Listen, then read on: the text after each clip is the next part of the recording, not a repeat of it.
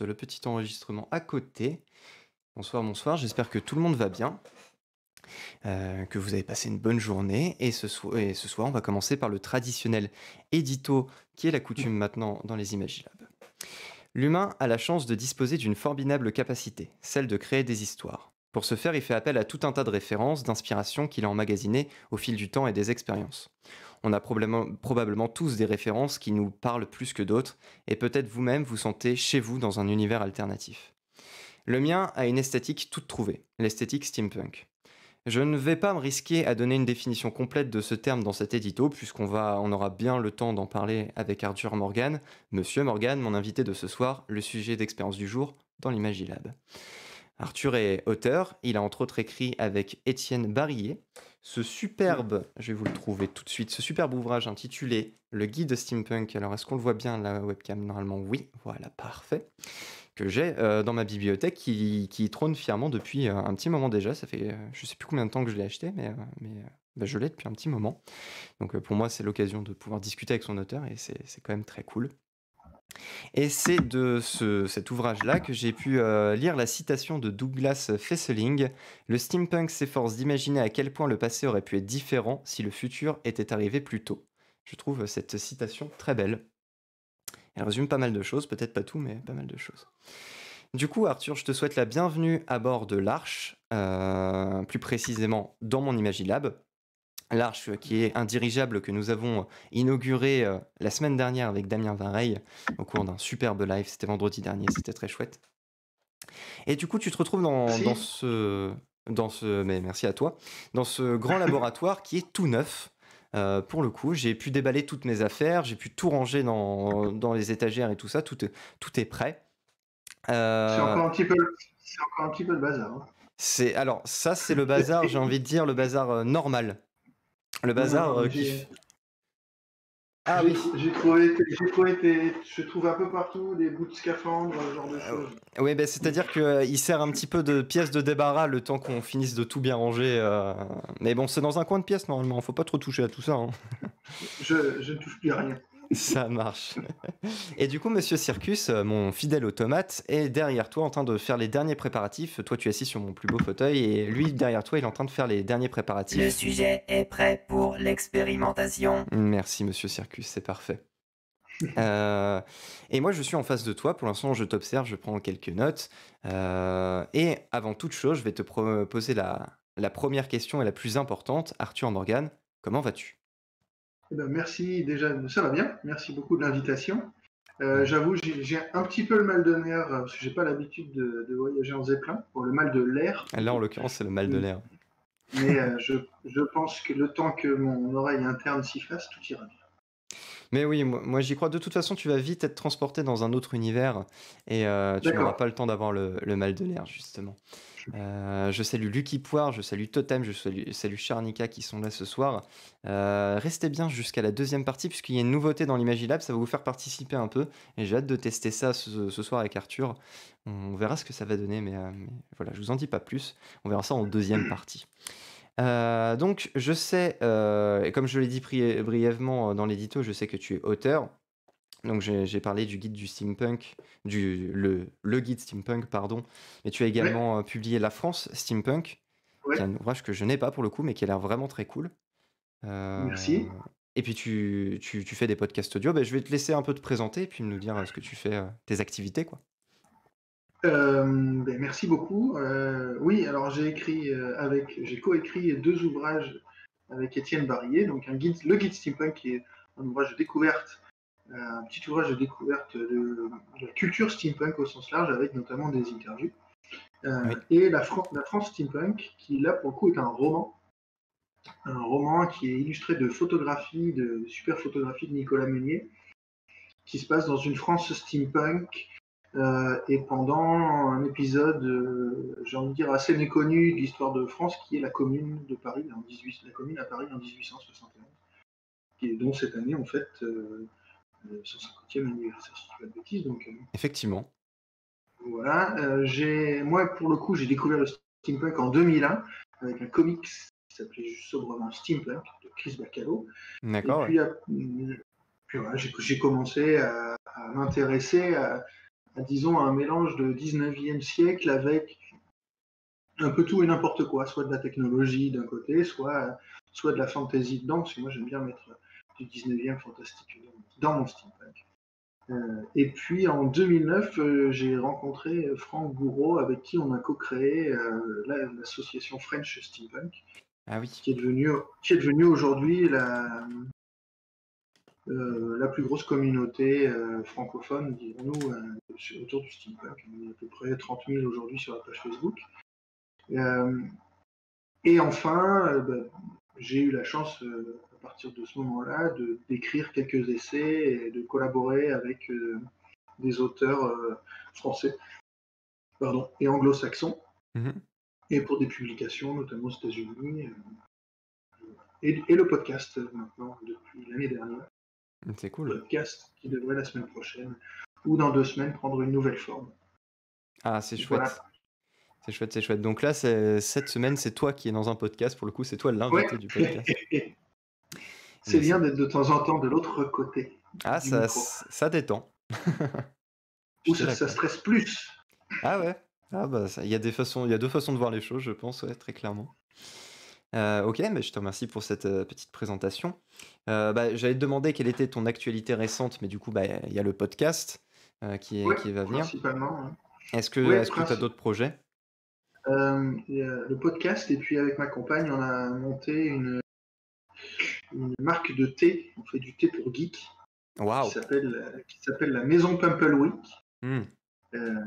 Les fans de jeux de rôle ici pourront reconnaître, c'est faux, mais Pumpleweek, en fait, c'est le nom d'un avatar de jeu de rôle qui m'a suivi depuis 25 ans, un gnome illusionniste qui s'appelait Isidore Pumpleweek, et on a repris le nom de Pumpleweek pour cette marque de thé, et donc on prend des séries télé, des films qui nous plaisent, et on se dit, tiens, qu'est-ce qu'on pourrait voir, par exemple, à bord du Flushton Paradise, dans le 5e élément, ou si Mycroft Holmes buvait du thé, qu'est-ce que ce serait? Et donc on explore tous les univers liés à la pop culture avec ça. Donc ça c'est quelque chose qu'on fait depuis 3 ans avec ma compagne, et on s'éclate pas mal avec tout ça. Je ne sais pas s'il y a des amateurs de thé dans le chat. Et bien, du coup, je remercie Lucky Poire d'avoir partagé le lien de ton site et puis le lien du site de la Maison Pumpleweek. C'est vrai que je ne lui ai pas donné oui, merci à lui. Je lui ai pas donné le site de la Maison Pumpleweek, mais il a pris des initiatives. C'est mon modérateur. Il a pris des initiatives et ça, c'est chouette. Bravo. Je suis un pro, qu'il me dit. Quel talent. C'est ça. Ok. Alors, l'autre question que j'allais te poser dans cette petite présentation, mais tu y as répondu partiellement, c'est comment est-ce que tu es tombé dans le steampunk? Donc tu nous as dit en 2001. Ouais, je vivais à l'époque en Angleterre, à 1 heure de Londres, j'y allais souvent. Moi, je suis un grand fan du Londres, de l'Angleterre victorienne. Je suis un grand fan, un grand amateur de littérature de cette époque-là, et en particulier la littérature fantastique. Dr. Jekyll et Hyde, Dracula, qui est mon de chevet que je relis au moins 1 fois par an. Et j'ai toujours été fasciné par cette époque de grands changements où se côtoient autant la superstition que la technologie, et surtout une époque où tout était potentiellement sujet à science. Donc on théorise l'éther, on théorise la discussion avec l'au-delà. Il y a un bouquin de Conan Doyle, le père de Sherlock Holmes, qui théorise le retour des fées. Et donc voilà, c'est tout ce foisonnement qui me plaît bien, qui me plaisait et qui me plaît encore bien aujourd'hui. Et je suis aussi un grand amateur de fantasy. Ouais.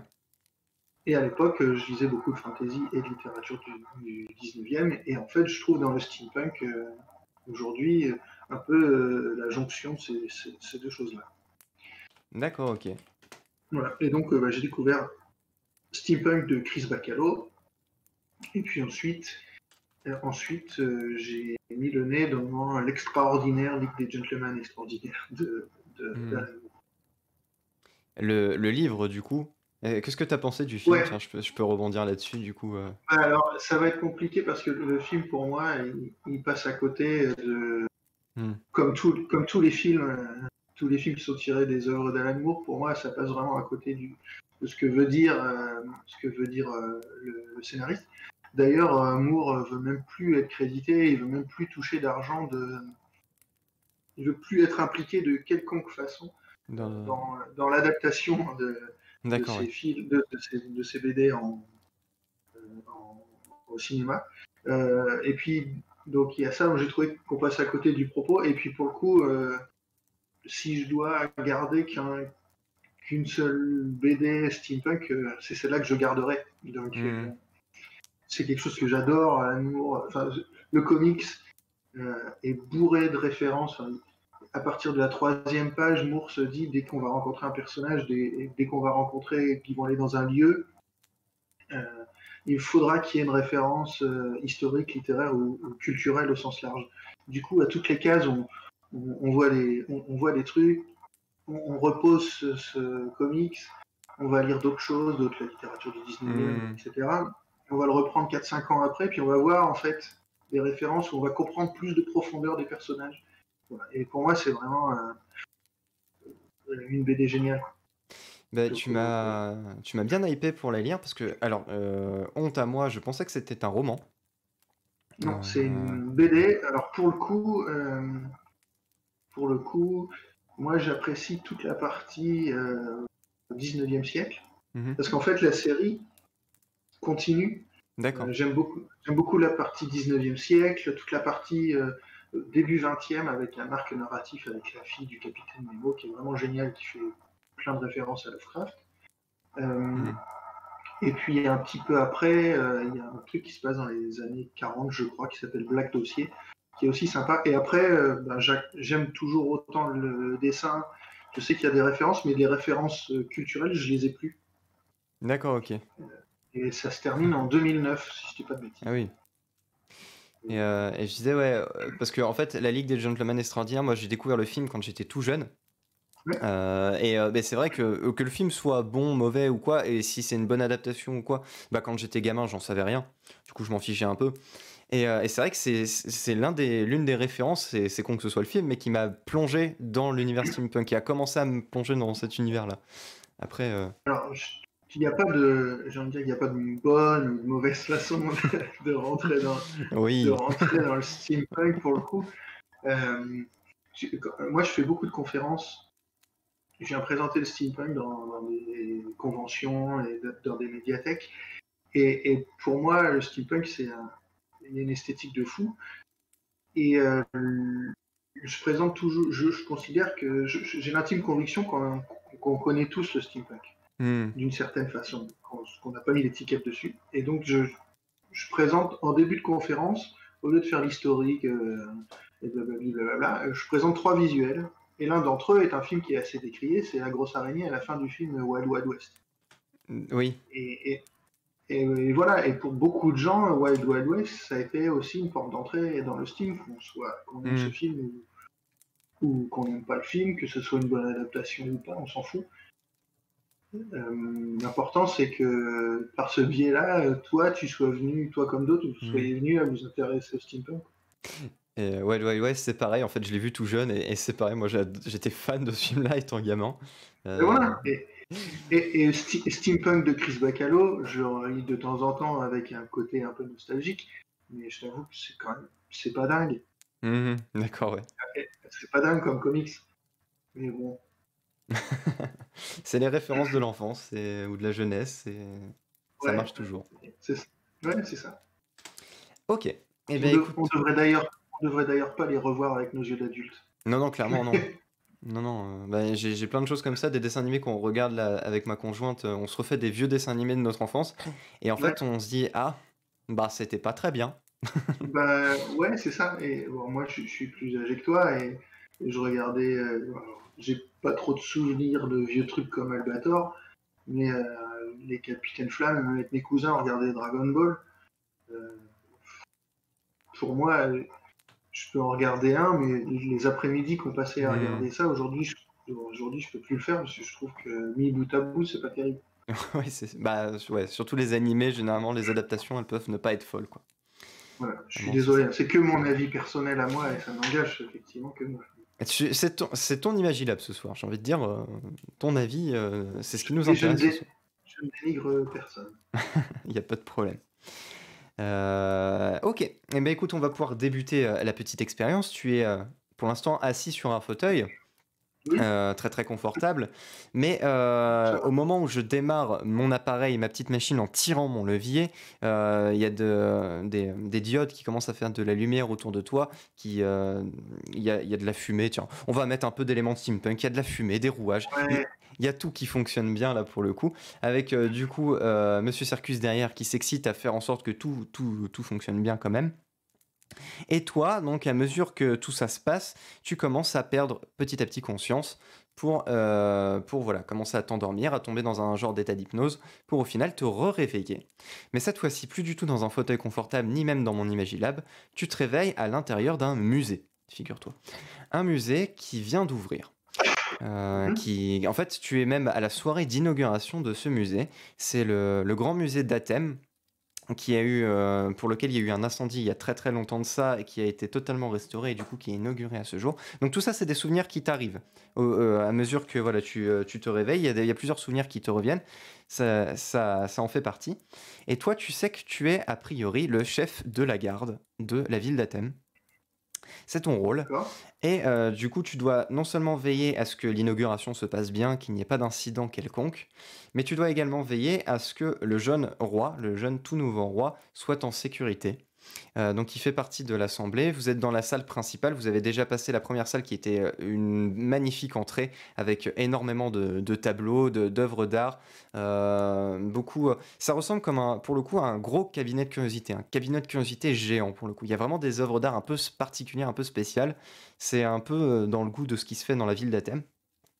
Donc tu te retrouves avec, du coup, dans ton champ de vision, le jeune roi qui a 14 ans, qui a Mhm. été nommé roi il n'y a pas si longtemps à la suite de la mort de son père, parce que le climat politique, globalement, c'est un climat où ils veulent mettre fin à la monarchie, petit à petit.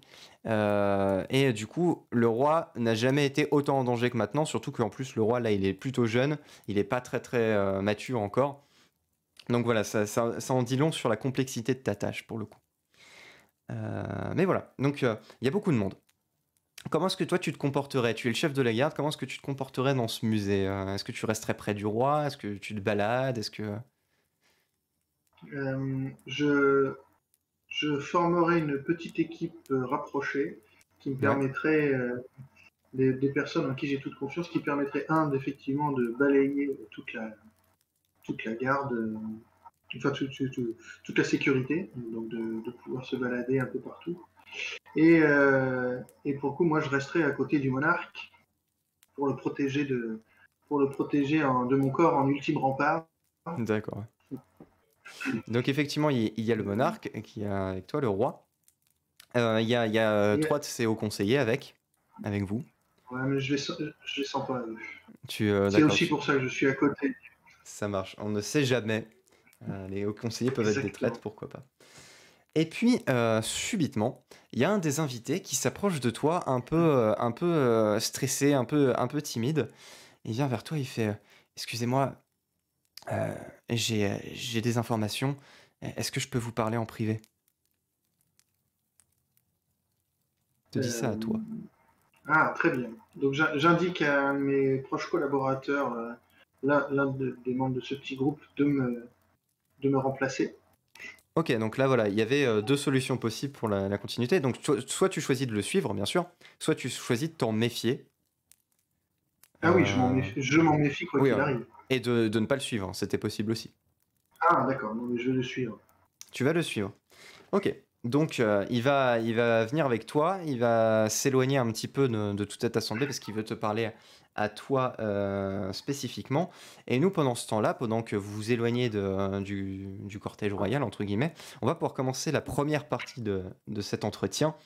On va parler de ton personnage, de qui es-tu. Et pour savoir qui tu es, le mieux pour moi, c'est de questionner tes références. Donc, D'accord. je vais te citer du coup des catégories, et puis pour chacune de ces catégories, tu vas me dire les références qui te parlent en premier, qui te viennent à l'esprit. Il peut y en avoir une, il peut y en avoir plusieurs. Pour le coup, on est libre. Euh, On n'est pas forcément en steampunk pour le Ce que coup. tu veux, ce que tu veux, complètement.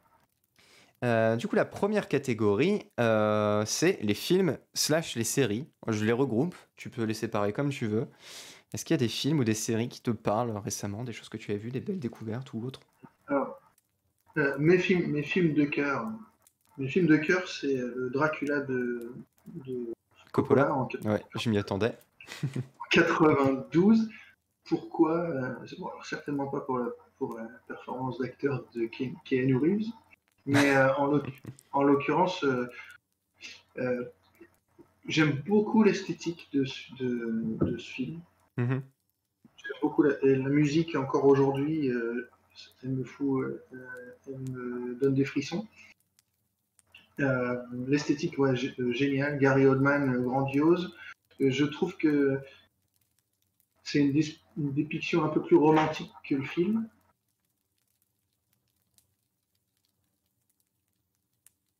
Ah, je crois qu'on a perdu Arthur. On a perdu. On a une image figée. Alors, je vais passer en talking Le 30 film a été secondes. Ah, c'est bon. ah, On te on est, récupère. on est bon. Oui, Ok, c'est bon. ça a lagué un petit peu.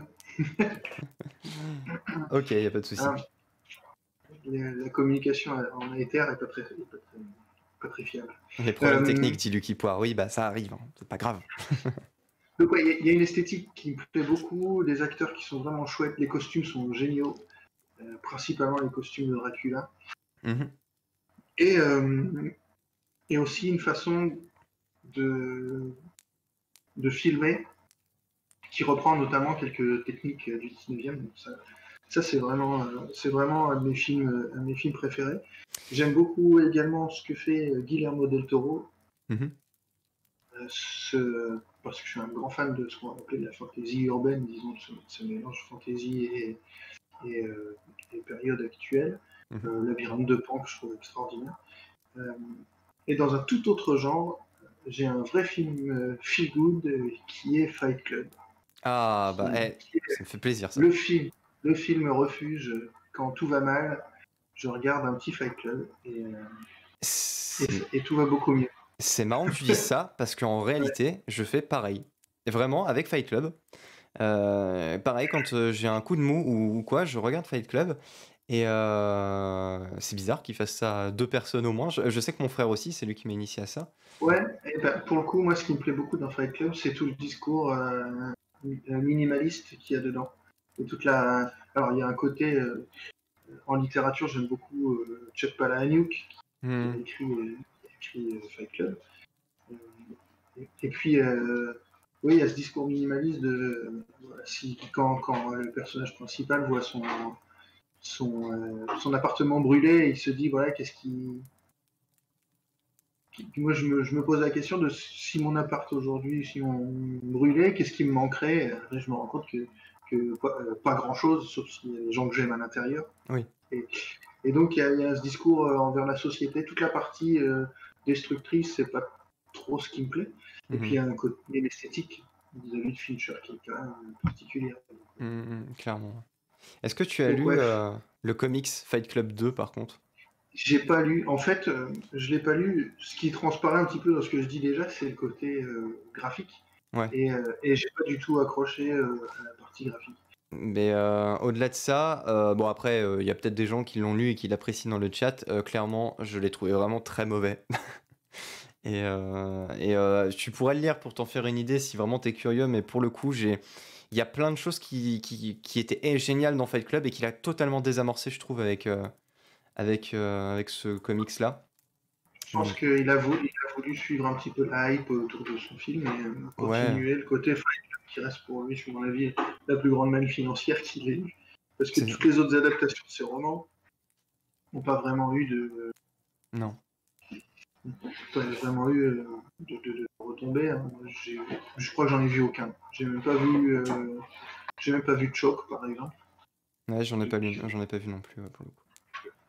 Voilà. Mais en tout cas, je vous invite à lire Chuck Palahniuk. Si vous lisez en anglais, il faut lire en VO parce que il manie la langue d'une certaine façon et c'est vraiment chouette. Ok, mais Donc, très ouais, bien. Et puis tu as reparlé bah, du Dracula de Coppola. On en a parlé il y a 2 semaines déjà avec Demoiselle d'horreur, la vidéaste. qui est fan de tous ces univers-là. Et ça m'a donné envie de le revoir. Et là, je pense que là, c'est bon, ça m'a confirmé. Je le reverrai certainement ce week-end, tranquillement. Il est sur certains réseaux, type Netflix, je crois qu'il est Ouais, diffusé. il est sur Netflix, il me semble. Ouais. Mais c'est un film que je regarde avec plaisir de temps en temps, même si je limite quand même, ce plaisir parce qu'à chaque fois que je le revois, je vois des problèmes enfin, je découvre des petits soucis de montage. Ouais, il faut espacer dans le temps, quoi. Voilà, le personnage, on lui saute dessus, il se fait mordre d'un côté, puis au plan d'après, il tient sa gorge de l'autre, un genre de truc. Et, bon. Ah, tu détectes les faux raccords, bah, c'est déjà bien. Ok. Thématique. Ouais, tu voulais dire quelque chose? Non, vas-y. Donc, thématique suivante, en termes de jeux vidéo. Je suis pas T'es pas un gros joueur. je suis pas un gros gamer. En fait, j'ai des phases où je sais que je peux me poser et je me dis, je vais faire une petite partie de Red Dead Redemption et en fait, il est 3 heures du matin. Alors, pour le coup, pendant très très longtemps, pendant 15 ans, je n'avais pas du tout de console à la maison. Là, on nous a offert, il n'y a pas très longtemps, une 360, Yes. Ah oui, Xbox 360. c'est pas tout jeune non plus. Non, alors du coup, je me suis racheté d'occasion tous les. J'aime beaucoup dans la thématique Steam Dishonored. Alors Dishonored, Oui. j'aime beaucoup, mais pas encore lancé. Il est encore emballé et il est à la maison. Mais toute la. J'ai oublié le nom, toute la série qui se passe avant Rapture, Bioshock. Bioshock. En particulier le Bioshock Infinite, que je trouve très joli. Oui. Et puis, ma compagne a acheté, je crois, il y a 2 semaines, une, une Switch. D'accord, ok. Alors, Switch, je l'ai branché. J'ai racheté la trilogie Bioshock. Ma compagne est partie pendant 15 jours et en fait, elle n'a jamais servi. Elle était branchée, elle est bien chargée, mais elle n'a pas, elle n'a pas été lancée. Je suis, Ah, zut. je suis un très mauvais gamer et puis j'avoue que depuis que Rockstar Games a appelé son personnage principal Arthur Morgan dans Red Dead Redemption 2 et que ça m'a pourri tout mon référencement internet. Tu m'étonnes, oh là là. Non, mais c'est pour la blague, j'étais régulièrement tagué dans plein de publications sur plusieurs réseaux sociaux. Les gens pensaient que c'était que c'était moi. Hmm. Et au début, je blaguais en disant qu'ils se sont inspirés de moi. Des gens m'ont cru. Et je sais pas bien, mais je trollais un petit peu toutes ces publications. Quelqu'un sur Facebook m'a tagué en demandant si dans une discussion à propos de fringues, comment le cowboy Arthur Morgan devrait être habillé dans Red Dead Redemption 2. Et donc, je lui dis que je n'aimais pas du tout toutes les propositions qui avaient été faites. Je préférais celle-ci. Et j'ai mis Marty McFly dans. Pas Mais mal. ça n'a fait rire que moi. Ah, Donc, dommage. ouais, je suis un très mauvais gamer. Moi, j'ai commencé avec une NES. J'ai acheté la NES quand elle est sortie. J'en ai beaucoup joué à ma famille avec des Mega Drive. Donc, c'est pour vous dire que je suis tout jeune. Et puis, entre-temps, j'ai eu une GameCube. Puis, c'est à peu près tout. D'accord, ok. Bah, c'est déjà pas mal. C'est déjà pas mal. Ça me fait rire que tu parles de effectivement Arthur Morgan, le héros de Red Dead Redemption 2, parce que du coup, quand ma conjointe me demandait avec qui je faisais l'Imaginable de ce soir, je lui dis bah Oui. avec Arthur Morgan. Elle me fait attends, ça me dit quelque chose ça. Je fais oui, alors oui, mais ça sera pas. Non, j'aurais pu gagner un petit peu d'argent. Plein de gens voulaient me racheter Ah, mes le nom noms de domaine, ouais. mes noms et tout ça. Ah, ça aurait été dommage. J'aurais dû déposer à l'INPI ce nom Arthur Morgan. Je savais. Tant pis. Ouais. Ok. Toujours du coup, dans tes inspirations, bah du coup, toi qui lis pas mal, en manga, livre et BD, t'en as cité déjà quelques-unes. Est-ce qu'il y a d'autres références qui te viennent à l'esprit dans la littérature en général? Alors si je vais clore le chapitre BD, j'aime beaucoup ce qu'écrit le scénariste Xavier Dorisson. Oui.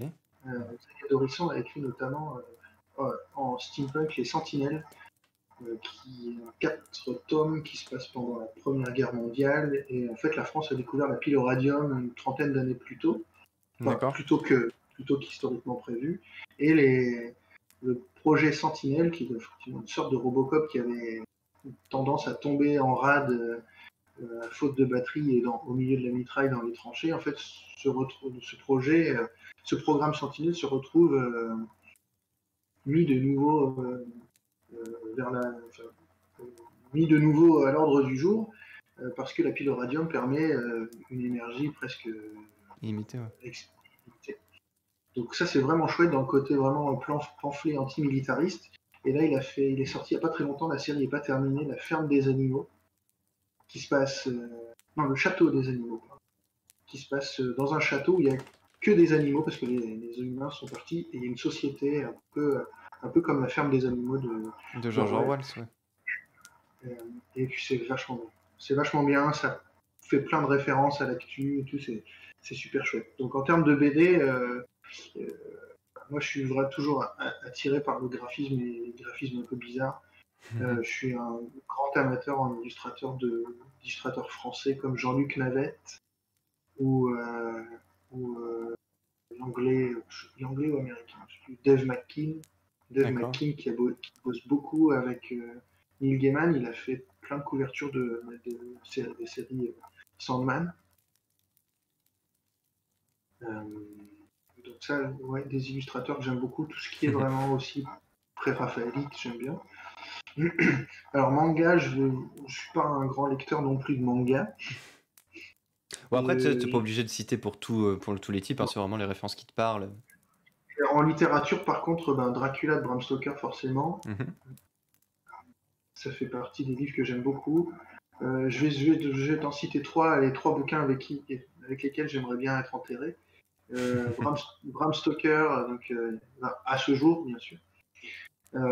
L'excellent Club Dumas d'Arturo Pérez Reverte. D'accord. C'est un polar qui a été adapté au cinéma avec Johnny Depp, qui s'appelle La Neuvième Porte. Ça ne me parle pas, ça.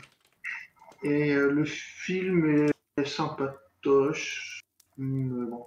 En fait, c'est l'histoire de Corso, qui est quelqu'un qui estime les collections qui estime les livres, Hmm. principalement les très très vieux livres, et il arrive aussi à les authentifier. Et un jour, on lui demande d'authentifier un bouquin qui est censé être écrit par le diable. Ah oui, tout un programme. Ce qui est chouette dans ce bouquin, c'est qu'à part le fait que c'est bien écrit, il est vachement ludique parce que toutes les gravures qui sont censées être, enfin, qu'on est censé comparer, qui est censé comparer pour authentifier, sont toutes imprimées dans le bouquin. Hmm.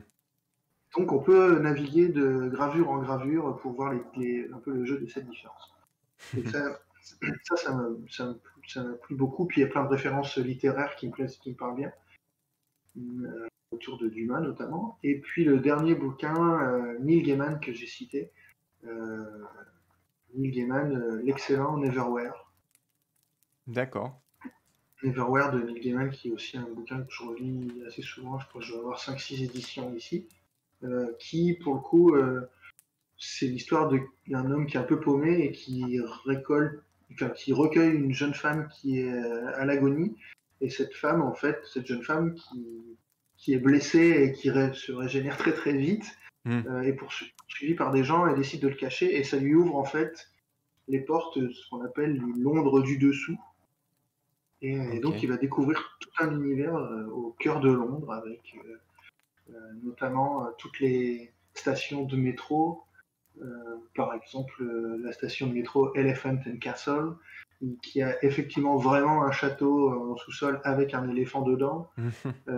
Blackfriars, Friars c'est l'ancien nom pour des moines, en dessous de Blackfriars il y a un monastère mystérieux. Voilà, et il y a tout plein de relectures aussi qui me parlent beaucoup et c'est hyper bien écrit. Ok, ok. Ah, c'est là où je me rends compte. Je suis comme beaucoup de gens de ma génération, je pense. Après, je suis même pas sûr de ça, mais je lis trop peu en fait. Clairement, j'écris Moi aussi, plus que je ne lis. moi aussi, Neil Gaiman, pour le coup, c'est vraiment chouette. Si vous connaissez pas Gaiman, Gaiman, c'est la personne qui a écrit,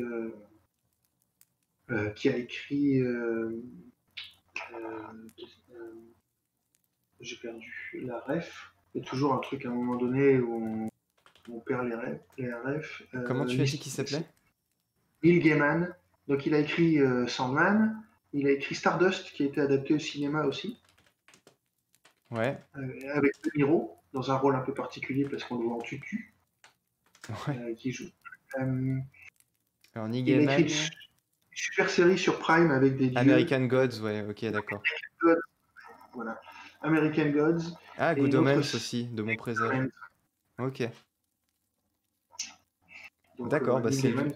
C'est- c'est top. Alors, le problème c'est quand tu veux quand tu veux écrire après avoir lu Neil Gaiman, tu te dis que tout va être nul, mais Bah, il faut pas que je lise du coup. Sinon. bah ouais, c'est tellement chouette. Ouais, non, je me doute bien, ouais. Ok, ok. En thématique suivante, moi j'aime bien savoir les personnalités qui inspirent les gens que j'invite. Est-ce qu'il y a une personnalité, que ce soit fictive ou réelle, ou une personnalité célèbre ou quelqu'un de ta famille, de ton entourage? Est-ce qu'il y a une personnalité qui t'inspire au quotidien Euh, il y a des gens alors il y a des inspirations un peu sur le moment. Mhm. Par exemple, bah là avec ma compagne pour le thé Maison Pimpleweek, on travaille avec une jeune femme qui est que sur Instagram, qui s'appelle Grisette avec deux i et, Grisette. elle fait de la couture, mais en fait elle a un univers un peu magique, un peu ouais, étrange. Elle s'appelle elle-même une sorte de vintage witch. D'accord. Euh, bon, elle a un talent fou parce qu'elle arrive à faire des choses. Elle est à l'origine fait de la couture, donc ses costumes sont vraiment chouettes. Et puis derrière, elle a un talent fou pour la mise en scène, pour la retouche photo. Donc ça, c'est vraiment chouette. Après, dans ceux qui m'inspirent tout le temps, je vais citer deux personnes. Une personne qui est liée à l'imaginaire, Guillermo del Toro. Oui. Voilà, pour moi, Guillermo del Toro, c'est. Je citais trois personnes.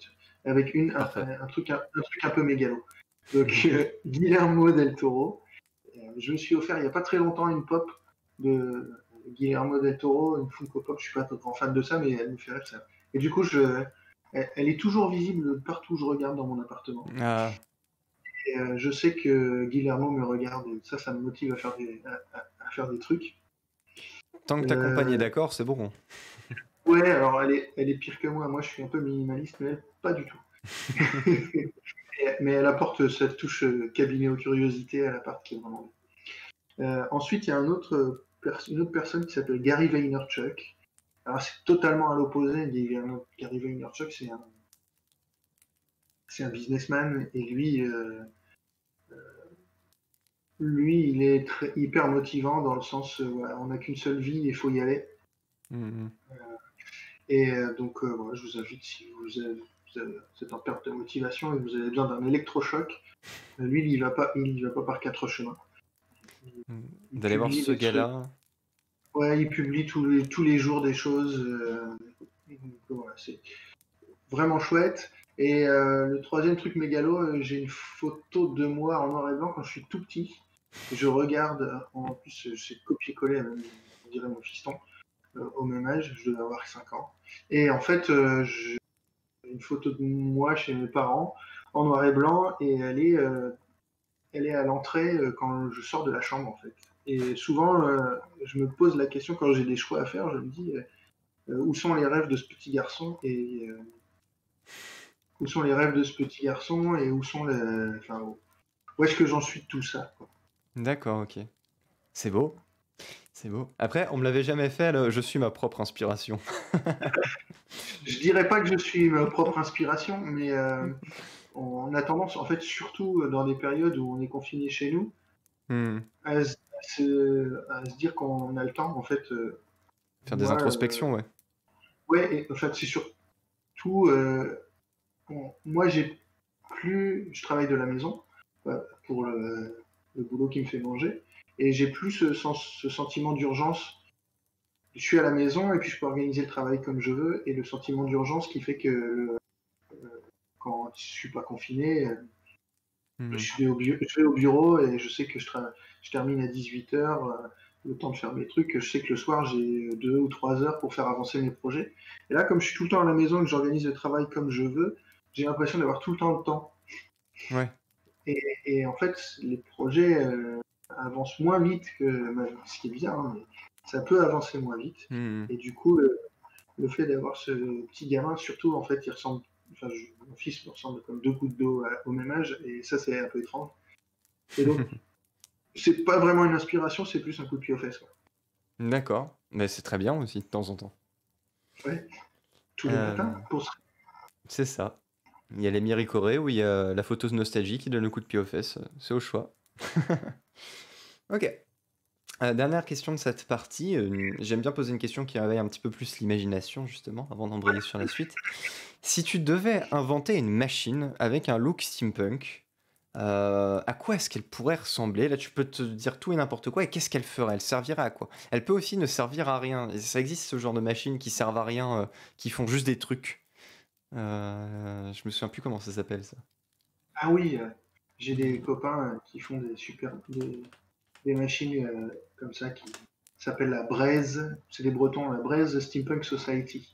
D'accord, Et ok, cool. eux aussi font des machines, des énormes machines avec des manivelles, et en fait, ça fait des petites bulles, par exemple. Ouais, ça sert à rien, Bon, mais à voilà. quoi ça pourrait Euh, ressembler, toi, une machine comme ça, un peu steampunk? Est-ce qu'elle serait grosse, euh, petite? ah, mais dans le steampunk, on est obligé de faire gros. Ah là, Voilà. ok. Steampunk, c'est le contre-pied du cyberpunk. Cyberpunk, c'est de la miniaturisation. Il faut que ça soit gros. Si on fait un bras mécanique, il faut qu'il soit énorme et qu'il fume. Donc, ça serait une machine qui fume, qui fait du bruit. On n'est pas sûr qu'elle marche. On n'est pas sûr qu'elle fonctionne quand on la lance, pas quand on la fait démarrer. Il y aurait sûrement des engrenages, des huiles. Elle aurait un côté, enfin des huiles, de l'huile qui coule un petit peu. Ce serait elle ferait un boucan d'enfer, ce serait un sacré bordel. Et en même temps, elle actionnerait peut-être elle actionnerait des mains très fines qui pourraient écrire, D'accord, ouais. sculpter des fleurs, des choses très très. J'aime bien ce côté grosse machine qui va accoucher d'un tout petit truc hyper fin et hyper précis. Et Alors, donc il y en aurait. Oui, j'ai l'image en tête, mais ça me fait un peu peur, hein. j'aime bien par exemple, il y a une grosse machine un, un court métrage animé qui s'appelle La main des maîtres. Et là, donc la main des maîtres, il y a cette énorme machine qui est en fait une imprimante, et c'est des mains. Au final, c'est une grosse machine. En fait, c'est que des mains qui ont des stylos et qui D'accord. écrivent des tracts. Et donc, il y a des centaines de mains qui sont alignées et qui écrivent des tracts comme ça. Je Hmm. trouve ça très joli. Finalement, une imprimante, c'est ça. C'est juste qu'on a optimisé la façon d'écrire, mais on n'utilise pas des mains, mais... Et je sais que voilà, il y a sûrement des rôlistes chez toi qui t'écoutent. Et moi, euh, j'ai souvent joué des gnomes, et les gnomes aiment bien Hmm. tout ce qui marche pas forcément. Et Ouais. si et je suis sûr qu'à certains endroits de cette machine, il manquera toujours un engrenage, et il y aura toujours besoin d'en rajouter un. Et surtout que ça doit être très complexe de localiser le problème sur ce genre d'appareil, pour le coup. Ok. Oui, Eh ben, c'est une très très belle machine. Peut-être qu'un jour quelqu'un la confectionnera. Qui sait? Oui, rôliste ici, si, dit Lucky Poire. pardon, Non, je à 8 disais... rôlistes. Ouais. Bah, Lucky Poire, est-ce que tu joues Gobelin, toi? Est-ce que tu as déjà joué des Gobelins? Tu nous diras ça. Moi, je joue des gnomes, hein. Oui, excuse-moi, oui, des gnomes. Oula, des gnomes ou des gobelins. Non, je joue à Styx en ce moment, un jeu vidéo qui se passe dans une ambiance un peu steampunk pour le coup. Et tu incarnes un gobelin voleur en fait. Ah ouais, Et du coup, c'est voilà, c'est un peu dans cette bien thématique. bien le côté what the fuck des, des gnomes. Et en fait, moi qui suis un vieux joueur de Magic, je joue principalement les gobelins parce qu'effectivement, les gobelins, ils ont aussi ce côté what the fuck où ils se font péter partout, ils se font exploser pour faire des dégâts, tout ça. Moi, je joue Slivoid à Magic et je me fais pas des amis. Tant pis, hein. fais pas d'amis non plus avec ma nuée de Non, gobelins, tu sais. non, oui, tu m'étonnes, les gobelins, c'est un petit peu la même chose, c'est un peu compliqué. Ok. Eh ben écoute, nous on va poursuivre notre toute petite aventure, notre petit jeu de rôle. Après quoi, on pourra passer à la seconde partie. Donc la seconde partie de l'interview, c'est une nouveauté. Et là, le chat, j'aurai besoin de vous. Donc préparez-vous, réveillez-vous, mettez-vous à vos claviers. Vous allez vite comprendre.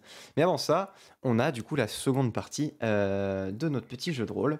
Tu as décidé de suivre cet homme qui t'a un petit peu éloigné de la zone d'activité, de la zone où il y avait en tout cas le roi, le souverain. Et en fait, il te dit, écoutez, je suis un tout jeune journaliste et il se trouve que je suis infiltré dans la rébellion. Et je sais de sources sûres, mais sans jamais dévoiler mes sources, bien sûr, que le grand conseiller, le haut conseiller du roi, va probablement attenter à ses jours aujourd'hui, enfin attenter au jour du roi aujourd'hui. Je voulais vous prévenir parce que moi je veux continuer la monarchie et je me sens bien que là-dedans. Quelle est ta réaction face à ça? D'accord. Il te dit ça. Tu as entendu? Je pense qu'on a des petits bugs. La connexion qui est un peu défaillante. Ouais. Allô, allô? Voilà. Oui, oui, j'ai entendu. Ok, c'est bon. Je jette un coup d'œil vite au conseiller du roi en question. Mhm. Alors, sur ton coup d'œil, tu vois qu'il a l'air un peu nerveux. Salut GuestDDR. Tu vois qu'il a l'air un peu nerveux, bah, sans plus. Mais voilà, donc ouais, tu jettes un coup d'œil. Est-ce que tu fais autre chose? Oui, je cherche un moyen une excuse pour aller éloigner ce conseiller. Alors, ce que je fais, c'est que j'essaie de ça. Je vois quelle est la compétence de ce conseiller, et puis je vais envoyer quelqu'un de mon équipe le prévenir qu'on le demande. Une Alors, excuse bidon pour l'éloigner le temps de. tu vas manquer un peu de temps pour ça. Pourquoi? Parce Ah que mince. tu vas entendre une explosion, une détonation suivie d'une explosion qui a lieu en fait complètement à l'opposé, qui a lieu dans le hall principal, le premier hall en fait. Là, vous êtes dans la salle principale, dans le hall d'entrée. Il y a eu cet impact, cette explosion. Il y a des cris. La foule commence à paniquer un petit peu. Ça commence à être le bazar. Voilà, il y a des Je cris. me rapproche du monarque. Je Alors cherche voilà. le monarque exfiltré. J'allais te proposer du coup deux choix pour poursuivre, mais donc tu avais la possibilité de rejoindre le monarque d'instinct, mais tu peux essayer de voir ce qui se passe parce qu'a priori il y a peut-être des gens en danger au niveau du hall d'entrée. Alors tu as deux choix, soit tu rejoins le hall d'entrée, soit tu rejoins le monarque pour en priorité. Je vais rejoindre le monarque. Ma mission, c'est de le protéger. Et en plus, il y a un conseiller juste à côté de lui qui semble louche. D'accord. Ok, donc Et je sors mon arme de service. très bien. Bon, on va admettre que tu as un revolver, mais en plus tu as un revolver, tu me l'as montré tout à l'heure. N'hésite pas à nous le montrer à la caméra, centre-le bien, qu'on le voit bien. Voilà, parfait. Qu'est-ce que c'est que cette arme d'ailleurs? Ah, ça c'est un truc génial. C'est une arme en plastique Ouais, qui ouais. vient de la collection qu'on appelle Docteur Grorbort. D'accord. Ça, c'est le bison. Je sais plus le nom exact. Mais il a un nom complètement farfelu. Et en fait, c'est capable d'arrêter un bison en pleine course à Ah oui. moins de 50 mètres. C'est un pistolet laser. Alors, en fait, Dr. Grorbort, c'est une collection qui a été, un univers qui a été développé par Greg Broadmoor. Et Greg Broadmoor, il travaille chez Weta Workshop en D'accord. Nouvelle-Zélande. Weta Workshop, c'est tous les effets spéciaux de King Kong et du Seigneur des Anneaux. Ah oui. Et donc lui, il a travaillé sur Greg Broadmoor, sur King Kong, et je ne sais pas s'il a bossé sur le Seigneur des Anneaux, mais en l'occurrence, il a aussi bossé sur Tintin, Hmm. la version animée. Et un jour, l'un des responsables de studio passe à côté de lui, puis bon, ils aiment bien s'inspirer. Donc lui, il a toujours dessiné ses flingues. Il D'accord, les ok. a. Donc il y avait son carnet de croquis, et puis donc, le mec de chez Weta Workshop regarde un petit peu ses croquis, et puis il dit ah, ça c'est vachement cool, et on va développer une gamme autour de ça. Et Mhm. Donc il y a une dizaine de flingues. Celui-là, on l'a fait venir lors du Black Friday l'année dernière. On a profité du fait qu'il s'était acheté gratuit il y a 2 ans. Donc on le sort pas beaucoup parce que c'est un petit peu fragile. Donc ça, c'était dans le cabinet aux curiosités. Ouais. Et donc ce qui est chouette, c'est que du coup, ils ont développé tout un univers anticolonialiste. C'est donc c'est Lord Coxswain, qui est un Anglais qui est envoyé sur des planètes type Vénus pour un peu les conquérir. Et il a cette attitude de colonialiste où il dézingue tout ce qu'il y a autour de lui. Un peu comme dans South Park, quand ils ne doivent pas tuer les animaux en danger, sauf s'ils vous chargent. Ils chargent et ils leur tirent dessus. Et donc, je vous invite à aller voir ce que fait Greg Broadmoor. Et surtout, si vous allez sur le site de Weta Workshop, vous regardez dans les gammes, il y a ça. Ils sont en train de travailler aussi sur un jeu vidéo en réalité virtuelle dans cet univers. Et il y a 1 ou 2 courts-métrages et il y a des BD, catalogues, fausses pubs de propagande qui sont sortis chez Brajlon. Ok. Et il y en a un qui s'appelle Victoire, en gros. Voilà. Donc ça, c'est un flingue de chez Dr. Grandbord. Eh bah, très bien. Très bien, très bien. Tu es bien équipé là pour le coup. Alors, dans mon univers, ça ne pourra pas être. Il n'y a pas de rayon d'armes énergétiques. En tout cas, ça sera de la balistique. Mais on peut avoir un pistolet assez semblable. En tout cas, tu es équipé de cette arme. Et du coup, tu te rues vers ton souverain. On va laisser ça de côté. On va passer à la seconde partie avant de continuer. Donc voilà, tu te rues vers le souverain. La seconde partie, donc, c'est la petite nouveauté. Donc, pour toutes les personnes qui sont là, c'est là où je vais faire appel à vous. L'idée, c'est qu'avec Arthur ce soir, et avec tous les prochains invités à partir de maintenant, on va écrire une histoire. On va essayer de se raconter une histoire en direct. Et donc, pour ce faire, je vais avoir besoin de vous. Je vais avoir besoin que vous nous donniez une thématique globale. Donc là, vous pouvez vous faire plaisir. Vous mettez des mots, une phrase, un thème. On prendra pas tout. On prendra peut-être ce qui va nous inspirer sur l'instant. Mais n'hésitez pas à balancer des mots, juste un mot-clé. Voilà. On va prendre 2-3 messages. Ça va nous servir de base. Une fois que vous aurez mis vos petits mots, moi, je vais tirer au sort 2 contraintes. J'ai listé 20 contraintes et du coup, je vais tirer au sort 2 contraintes qui va du coup nous permettre de guider un peu l'histoire un peu plus et de donner un cadre. Donc là, on a un premier mot de Lucky Poire, c'est informatique. Pendule, Totem qui nous dit pendule. Voilà, vous pouvez aussi balancer des phrases un peu plus complètes, hein, vous n'êtes pas obligé de donner des mots-clés. Si c'est plus simple, donner des mots-clés. Hein. Fromage, ok, on a informatique, pendule et fromage. On a des mots qui n'ont pas vraiment de sens entre eux. Peut-être pendule informatique, on peut peut-être faire des choses, mais ok, fromage. On va partir sur ces 3-là, si ça te va, parce que là, c'est les 3 qu'on a eus. Et puis, donc ça, il faut qu'on les garde en tête. Ils feront partie de notre histoire. Je sais pas absolument pas comment encore, mais ils feront partie de notre histoire. Je vais tirer maintenant au sort les 2 catégories. Donc pour ça, je vais jeter le dé magique. Hop, le dé qui apparaît du coup sur le live. On a la catégorie 4.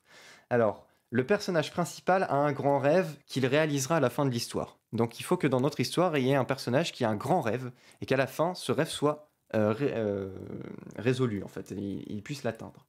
Deuxième catégorie, c'est la catégorie 19. Et la catégorie 19, c'est l'histoire doit avoir une fin ouverte. Alors, je sais pas comment on va faire ça par rapport au fait qu'il y ait un grand rêve. Ouais, il doit avoir un grand rêve, mais il faut que ça soit une fin ouverte. Ouais, alors peut-être qu'on verra comment est-ce qu'on... On n'est pas obligé d'utiliser les 2 catégories, ça c'est clair et net, mais par contre, il faut qu'on en utilise au moins une des 2. Peut-être le grand rêve. Ok. On a des mots, on a informatique, pendule et fromage, on a nos catégories. Maintenant, alors il nous faut une situation initiale. Qu'est-ce qu'on peut faire avec ça, selon toi, en situation initiale à notre histoire ? Est-ce que ça se passe déjà de nos jours et on peut essayer de trouver la timeline ? Ça peut être du steampunk, hein. Ça peut être autre chose. En fait, ce qui est marrant, c'est que j'ai pas de problème avec fromage et pendule, c'est informatique qui est. C'est sûr. Si on fait du 19e, c'est dur. Alors, c'est des mots qu'on doit placer ou ce sont des. Alors, on en fait ce qu'on en veut de ces mots-là. Si ça se trouve, c'est le personnage principal qui s'appelle informatique. J'y ai pensé. Ça me va, hein. Techniquement, ça me va. Il est fort somatique, je me suis dit. Ça peut, Euh, hum, hum. il peut s'appeler informatique, ouais, un truc comme ça. Ou tu peux faire un jeu de mots, effectivement. Alors, pourquoi pas? Alors, moi, j'aime bien le fromage. Ouais, On peut imaginer l'histoire improbable d'un fromager. allez, pourquoi pas. Ce fromager qui est dans cette quête ultime du meilleur fromage, ou alors il veut tous les goûter, tu vois. Ok, donc ça, c'est son objectif, c'est de goûter tous les fromages. Ouais, ou alors il veut créer une machine qui lui permet de créer des fromages. Ok. Vous donnez des noms à des bâtiments qui ont des noms de langage informatique. Pourquoi pas? Mais après, je sais pas si Arthur est très calé en informatique. Moi, je pourrais t'aider là-dessus, mais Tu veux dire qu'il y a un bâtiment ou des. l'idée du fromager est bien. Ouais, où il pourrait faire partie d'un gang, et donc effectivement, s'il fait partie d'un gang, ils peuvent tous avoir des noms comme de langage informatique, genre Python ou COBOL. Java, ouais. Ça fait tellement Casa des Papel en fait. C Tu vois, Sharp. C Sharp. C Sharp, ouais. Ok, alors il fait partie d'un gang. Un gang de fromagers? Ben oui, un gang de fromagers. Un gang de fromagers, ok. Dans Mary Poppins, il y a bien des gangs de ramoneurs. Faut Ça imaginer marche. un gang horrible de fromagers qui utilisent justement des codes. Ils utilisent tous des noms Ok, ok. informatiques pour perturber un petit peu pour brouiller les pistes. Donc on a une situation initiale, on a notre gang de fromagers, donc certainement qui font des réunions. Ça fait peut-être quelques années qu'ils travaillent ensemble et tout ça, qui font des réunions dans... Quel est le grand rêve du personnage principal? Ça, c'est. Bah ça peut être effectivement de goûter tous les fromages ou de créer le fromage ultime peut-être, avec son gang. Ah, Petit saut de connexion, Arthur.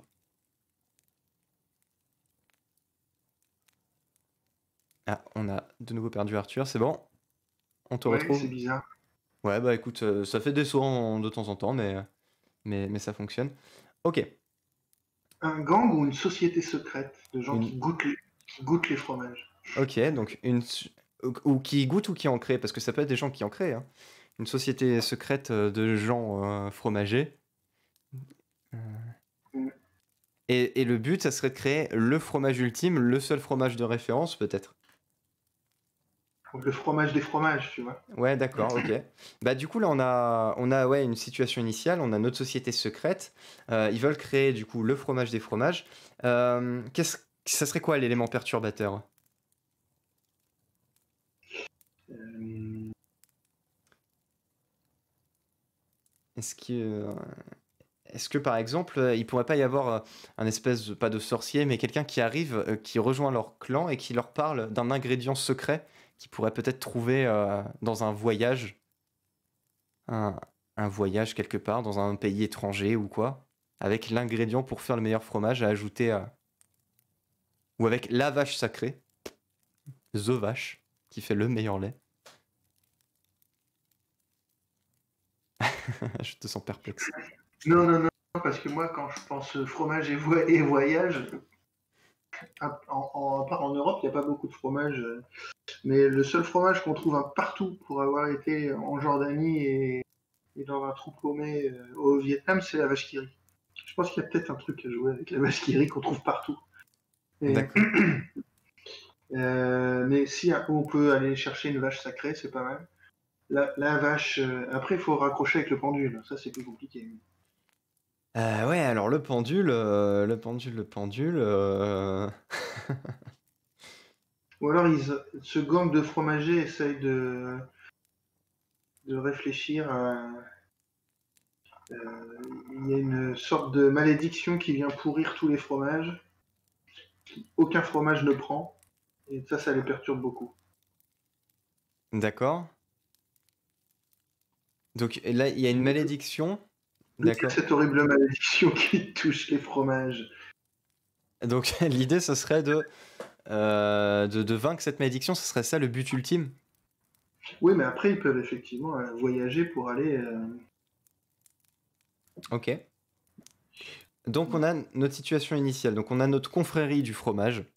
avec nos personnages donc, qui s'appellent par des noms de code informatique pour garder leur truc secret.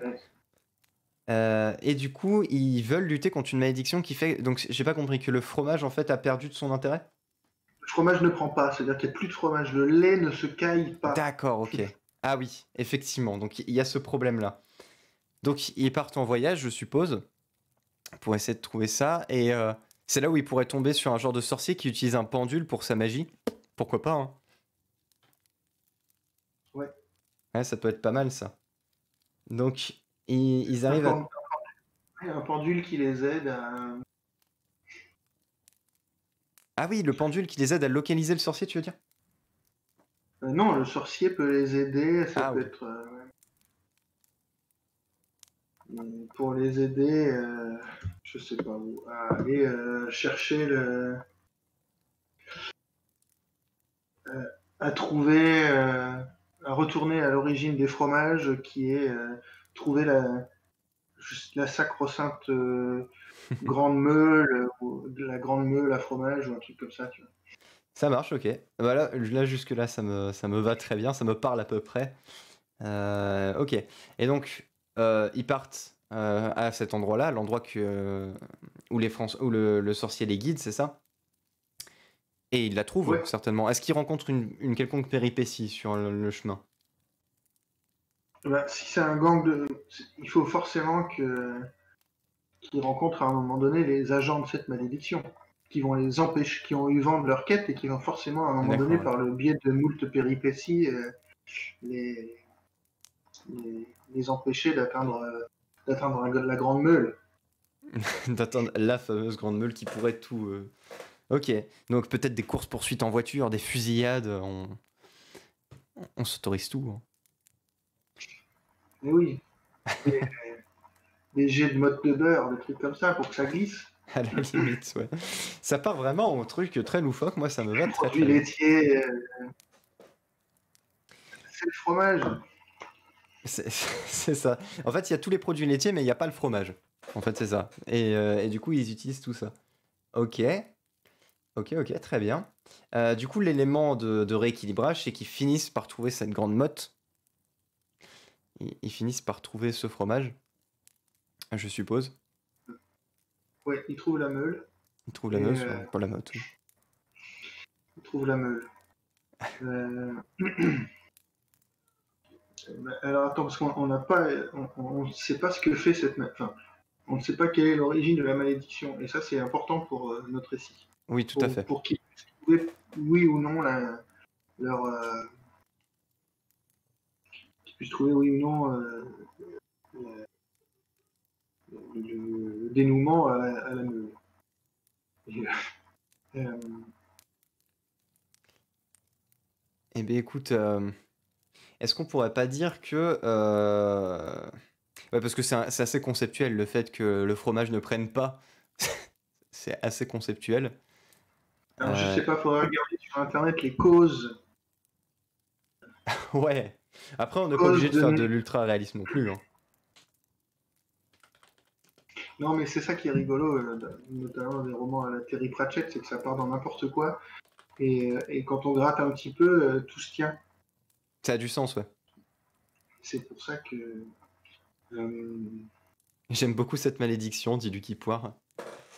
Moi, je la trouve un peu oui, triste. c'est horrible. Euh, Peut-être que.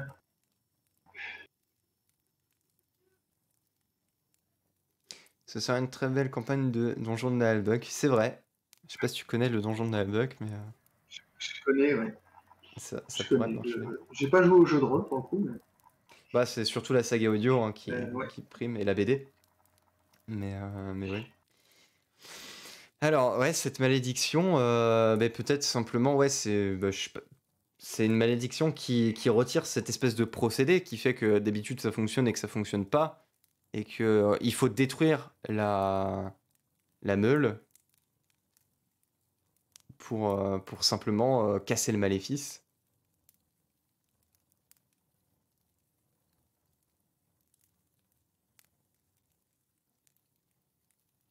Ah, on ne t'entend plus, Arthur. Je pense qu'il y a un nouveau petit sautage. c'est la meule qui serait à l'origine Bah, de disons toute que, malédiction. disons que en fait, chaque malédiction, on peut partir de l'idée que dans notre univers, toutes les malédictions doivent avoir un espèce d'objet ou qui la renferme en fait, qui lui permet d'exister, et que c'est cette meule-là en fait qui était enfermée dans un coffre, que les méchants avaient enfermé dans un coffre bien sécurisé pour éviter qu'elle soit détruite. Mais voilà, si elle est détruite, bah du coup ça brise la malédiction définitivement, quoi. Ouais, Ça peut être simplement ça.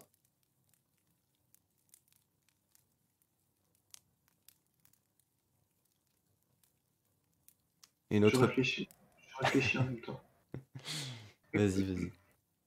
Si vous avez des pistes, le chat, n'hésitez pas. Le lait à tourner, c'est pour ça. Ouais, tout le lait du monde a tourné. Peut-être que les vaches ne font plus de lait avec la malédiction, tout simplement. Les vaches, les chèvres et tout ça. Ouais.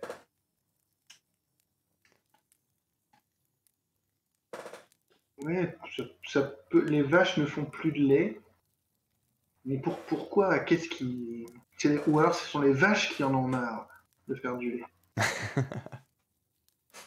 Ouais, mais du coup, ça remet en cause, encore une fois, pourquoi est-ce qu'il y a ce fromage-là. Moi, je pense qu'il faut pas qu'on s'embrouille trop. C'est une malédiction, ça n'a pas de sens. Je sais pas si tu connais la formule ta gueule, c'est magique, TGCM. Le fameux. Oui, mais d'habitude, quand même, la magie est dans les romans et tout ça, elles ont... Alors, je te préviens, on n'a pas vocation à écrire un roman ce soir, hein. Non, ça s'explique toujours. Hmm. Eh ben oui, écoute, ils vont trouver la meule dans une vieille cave d'affinage, quelque part dans une montagne. C'est ça. Du coup, la détruire, ou en tout cas la manger, et en la mangeant, bah, terminer la malédiction, en fait. Ouais. Et C'est, ouais. vas-y, c'est pas la meilleure fin qu'on puisse imaginer, tu vois. Il y avait un départ génial avec la malédiction sur les fromages. Mais tu sais quoi? Ce qu'on peut faire, c'est qu'on peut partir à peu près sur cette fin-là, et à la limite, si une autre idée nous vient subitement, spontanément, on la changera, euh, quitte à faire ça. Ok, du coup, dès qu'ils ont réussi à libérer le fromage du monde, on pourrait dire ça comme ça, ils rentrent chez eux et ils continuent, bah, cette fois, ils peuvent réellement produire leur fromage, quoi. Ils repartent avec un secret, avec un nouveau secret dans leur petite bourse. Ils repartent avec les ferments lactiques. Et du coup, maintenant, ils peuvent faire des yaourts, en plus du fromage. Très bien. Alors, il y a Totem qui écrit non, mais c'est parce que la Lune, en 5e croissant, est dans l'alignement de Morban. Ça arrive tous les 10 000 ans, et les vaches ne font plus de bon lait à cette période. C'est une explication. C'est Ça compliqué, mais... mais l'histoire de la Lune, c'est pas bête, parce que quand on regarde bien la Lune, c'est ni plus ni moins qu'une sorte de gros fromage. C'est ça, c'est vrai. Donc, C'est- si la Lune peut avoir un effet sur les marées, elle peut aussi avoir un effet sur le lait. Ouais, mais alors du coup, notre fromage, qu'est-ce qu'il fait là, notre fromage sacré, là? Il n'a plus aucun sens. Ah, mais ça pourrait être un fragment de la Lune qui est tombé. Ah ouais! Merci pour cet alignement des planètes. Ah, bien À force joué! Et pourquoi les fromages, du coup, tournent? C'est qu'on se rend compte qu'il y a une ancienne prophétie qui dit que les souris sélénites sont en train de bouffer tout le fromage de l'intérieur. Waouh! Donc, sur la Lune, sur la face cachée de la Lune, il y a des souris qui mangent le fromage. Et nous, ce qu'on voit, c'est juste la dernière surface. Mais comment on s'en sort, du coup, dans cette histoire? Ça c'est pour le tome 2. Il va falloir aller sur la Ah bah du face coup, cachée on a notre fin ouverte. il va falloir aller sur la face cachée de la Lune pour que Sea Sharp, Python, Cobol et MATLAB puissent, d'une certaine façon, sûrement avec un canon à fromage, aller sur la Lune. Eh ben parfait. Eh ben écoute, on a notre fin ouverte, on a notre fin. Est-ce que tu veux re-raconter l'histoire de zéro? Est-ce que tu te sens de le faire? Confrérie, même du coup l'informatique ça marche plus bien, ça sert plus à rien. Mais c'est pas grave. On a donc cette confrérie, que certains appelleraient un gang ou une société secrète qui ou je sais pas, Big Fromage qui se rassemble dans un lieu occulte pour goûter et traiter de la plus grande affaire du monde, c'est-à-dire pourquoi aujourd'hui le fromage ne prend plus, que va devenir le monde si on ne peut plus avoir ce fromage que quelqu'un compare à de la drogue maintenant. Hein.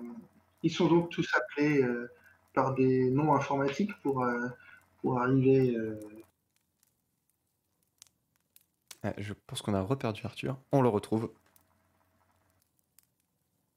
On t'avait perdu l'espace d'un instant, Arthur. Eh ben, décidément, la connexion a du mal ce soir. Allô, allô? Ouais. Ah, c'est bon, je pense qu'on Donc t'a ils retrouvé. décident de partir en une sorte de pèlerinage à la Grande Meule pour se rendre compte qu'une prophétie existe, qui signerait la fin des temps quand l'astre lunaire, qui est un gros fromage, serait totalement mangé par les souris sélénites. Et du coup, on n'oublie pas le magicien avec le pendule. Ouais. Ah oui, et oui. Et ben oui, faudrait. Notre magicien, donc ils vont chercher en chemin, ils ne savent pas où est la Grande Meule. Donc ils vont voir il faudrait qu'on lui trouve un nom sympa, l'un des grands magiciens qui a le pendule magique, qui a un bout de maroilles au bout, là, qui lui permet d'indiquer où se trouve la Grande Meule grâce à ce pendule.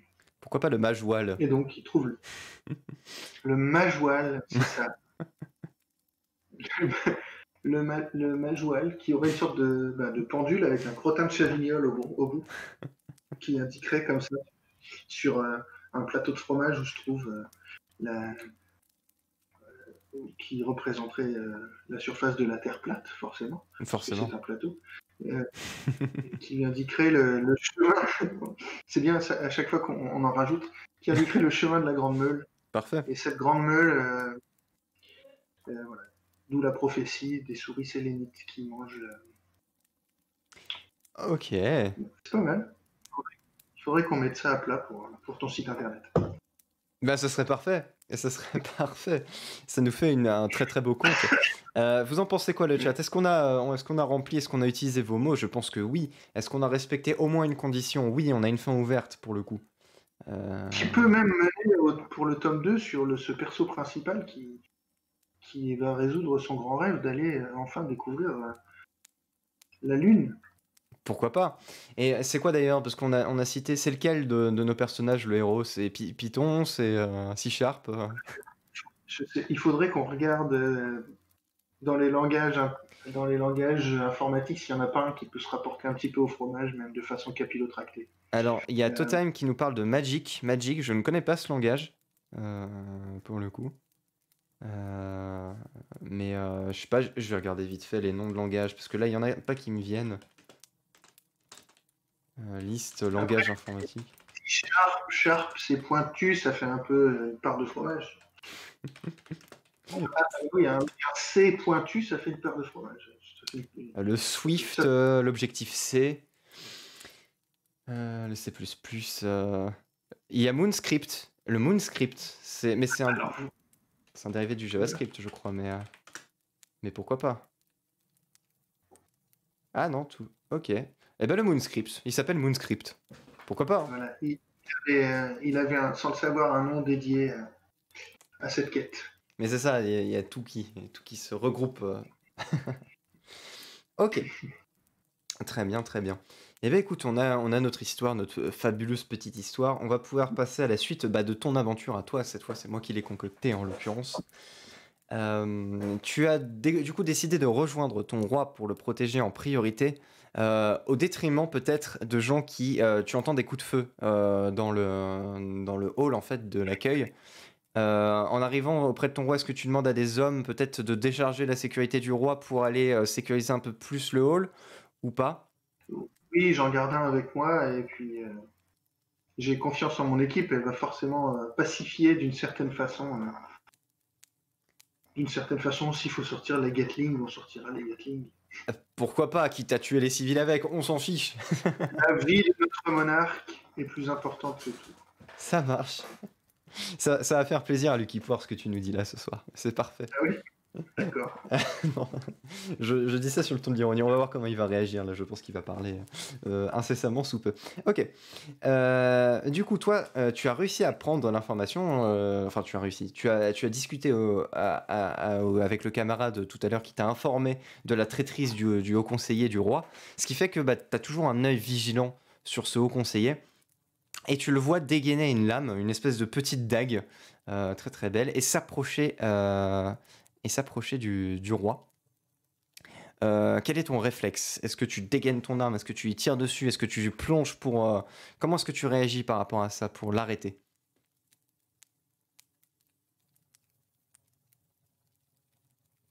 Ah, je ne t'entends plus. Ça lag un petit peu encore. Ouais, ouais, excuse-moi. Tu t'en étais arrêté où dans mon explication? Voilà. Allô, allô? Ouais. La traîtrise, je m'interpose. Tu t'interposes, tu te mets entre, du coup, le roi et la lame? Oui, voilà. Alors, on va voir si tu as un réflexe suffisant pour contrer la lame, Ça parce que lag beaucoup là. Ouais, bah, ça va se rétablir. On va voir si tu as le réflexe suffisant pour contrer la lame avant qu'il ne te la plante. Je te vois figé, j'espère que tu m'entends bien. On est en train de te perdre, mais c'est parce que ça commence à arriver la fin, du coup ça doit être pour ça. Ok. Tu as une chance, tu as un peu plus d'une chance sur deux de réussir à parer la lame. Du coup, si sur mon dé que tu ne vois pas mais que les gens verront en live, si tu fais un 8 ou moins, c'est un échec. Par contre, si tu fais plus de 8, ce sera une réussite. Donc tu as un dé à 16 faces? De quoi? Tu as un dé à 16 faces? Non, j'ai un dé à... j'ai dit un peu plus d'une chance sur deux, justement. C'est un dé à 20 faces, en l'occurrence. Et c'est un 4. C'est un Dommage. échec, ce qui fait que tu te prends un coup de couteau dans le ventre de l'assaillant en fait qui a essayé de planter le roi. Tu t'es interposé entre les deux, mais il a réussi à planter son couteau dans ton ventre, ce qui te blesse pas mal pour le coup. Quel est ton réflexe vis-à-vis du roi? Est-ce que tu lui demandes de s'en aller, de peut-être partir avec le garde restant, d'évacuer, parce qu'il y a d'autres sorties évidemment, ou tu veux réagir et te battre tout de suite avec l'assaillant? Si j'ai mon arme à la main, je tente d'éliminer l'assaillant. Ok. Tu vas tenter d'éliminer l'assaillant. Donc là, on va arrêter l'action sur le fait que tu lèves ton revolver et que tu t'apprêtes à tirer pour finir avec la dernière partie de l'interview, pour laisser un peu de suspense pour la finalité de cette histoire. T'as un D20, c'est ça? Oui, je vais trouver un D20. J'ai tout Bah, ce qu'il faut. après, bon, en vrai, moi, c'est que je le tire si tu veux en live. Les gens voient un dé apparaître sur l'écran du live. Ok. C'est pour ça. Mais après, bon, si tu veux t'amuser à tirer ton petit dé à côté, mais il est possible que ton résultat soit pas le même que le mien, donc ce serait un peu triste. Ok. Dernière partie de l'interview, on va parler un petit peu plus de steampunk. Et j'ai envie de te poser une question, peut-être en vengeance à toutes les personnes à qui tu as posé cette question avant. Comment tu définirais le steampunk? Euh, le steampunk. Le steampunk, c'est un mouvement culturel qui est né dans les années 80, qui était au départ que de la littérature, et c'est un mouvement rétro-futuriste qui vise à un peu faire une relecture du 19e siècle, si la science était arrivée plus avant, comme donc le disait en introduction tout à l'heure, tu disais tout à l'heure en intro avec Douglas Featherling, ou si il s'était passé quelque chose dans le continuum espace-temps qui, qui avait introduit des éléments perturbateurs dans ce 19e siècle. Donc on est donc le steam, c'est vraiment cette esthétique du 19e. Donc on est vraiment dans les tournures, les beaux habits, aussi la réflexion du 19e siècle, qui rejoint en grande partie notre réflexion aujourd'hui sur plein de sujets, c'est ça qui est intéressant. Donc ça, c'est pour le steam, c'est la révolution industrielle, c'est le gigantisme. Ouais. Et comme on parle d'un mouvement culturel qui est encore très vivant aujourd'hui, ça c'est le punk. Et le punk, c'est deux choses, c'est de s'amuser avec ce 19e, donc mettre des machines complètement folles, imaginer ce qui serait passé si la révolution industrielle avait eu lieu en Afrique ou en Chine, questionner la place de la femme, questionner les colonies, etc. Donc ça, c'est vraiment... c'est les jeunes femmes qui arrivent au tea time avec des ranjos et qui les mettent sur la table, comme dirait mon co-auteur Étienne. Et c'est aussi pour le deuxième point, le côté do it yourself, fait soi-même, qui est Ouais. pour le coup directement hérité du mouvement punk des années 70.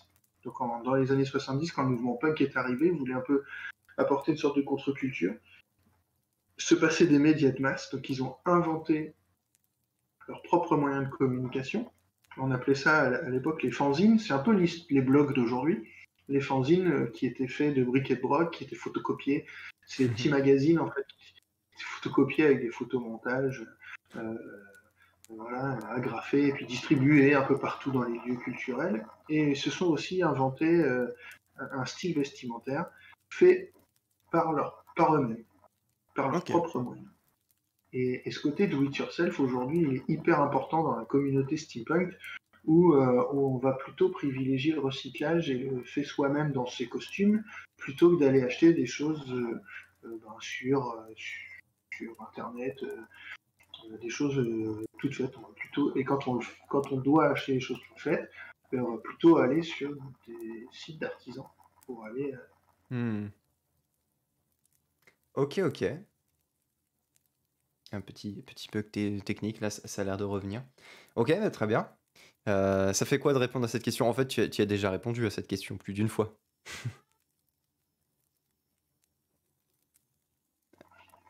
Alors, on ne t'entendait plus. Allô. Ouais, c'est bon.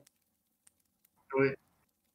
Donc voilà, c'est du 19e what the fuck avec du do it yourself en plus. Hmm. Si je peux résumer. Je te demandais justement, ouais, donc ça fait quoi de répondre à cette question? Mais à mon avis, tu avais déjà répondu à cette question plus d'une fois. T'étais rodé sur le sujet. Ouais, mais je change de temps en temps. D'accord, tu te mets à jour. Ouais. Et quand je parle de rétrofuturiste, c'est pour bien discerner le fait que on est bien aujourd'hui au 21e siècle et on va faire une relecture d'un passé, Oui. du coup inventer un passé qui a jamais existé. Ce qui Hmm. sort en fait totalement Jules Verne du steampunk. C'est-à-dire que Jules Verne, c'est pas du steampunk, parce que Jules Verne, il était au 19e, et avec les technologies qu'il avait, avec la science qu'il avait apportée de main, bah, il faisait lui de la science-fiction, mais de l'autre côté, il faisait du futurisme et pas du rétrofuturisme. Oui, d'accord, oui. Hmm, tout à fait. Après, du coup, c'est dans les esthétiques que pouvait décrire Jules Verne, on s'inspire beaucoup, genre bah, le Nautilus, technique. Ouais, alors pour le coup, le Nautilus, c'est surtout le Nautilus de Disney, 20 milieux sous les mers en Ouais, 54. ouais. Ouais. Mais oui, ce qui est compliqué, c'est que euh, Jules Verne ou l'esthétique des dessins d'Albert Robida, par exemple, bah, ça vient un peu percuter, Hmm. percuter l'esthétique. Ok, ok. Est-ce que tu penses que cette esthétique, l'esthétique steampunk, et moi c'est un ressenti que j'ai, est moins présente que par exemple la science-fiction space opera, le médiéval, le post-apo?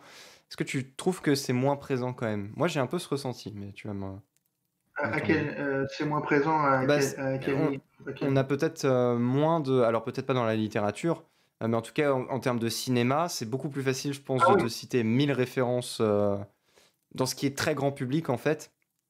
Je pense que c'est plus simple. Est-ce que tu as ce ressenti-là aussi, ouais? nous on attend toujours un grand film steampunk, Je suis non, mais d'accord. un grand long métrage.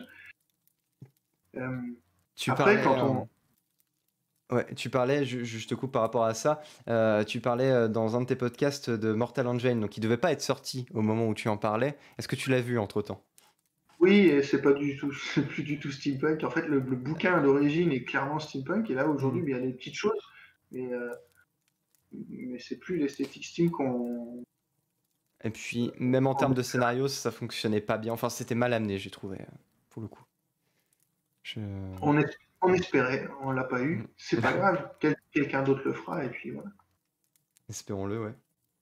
Et là, on a la nouvelle série inspirée par Joss Whedon sur HBO qui arrive, The Nevers. The Nevers, Euh, ah, je n'ai pas entendu parler de ça.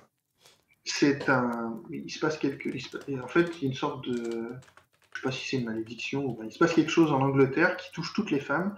Et donc, les femmes, certaines femmes ont des pouvoirs. D'accord. On les appelle du coup les touched.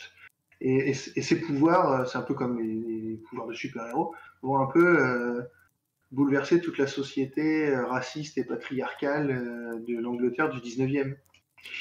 Et donc on suit deux jeunes femmes et il y a toute une esthétique. Quand on regarde la bande-annonce, il y a une voiture steampunk, il y a plein de choses. Donc on Hmm. attend aussi, et moi j'attends ça, même si Joss Whedon est très très décrié, les trucs horribles qu'il a fait sur les plateaux télé, mais Ouais. j'ai très quand même cette série. Est-ce que Mais tu as oui, vu...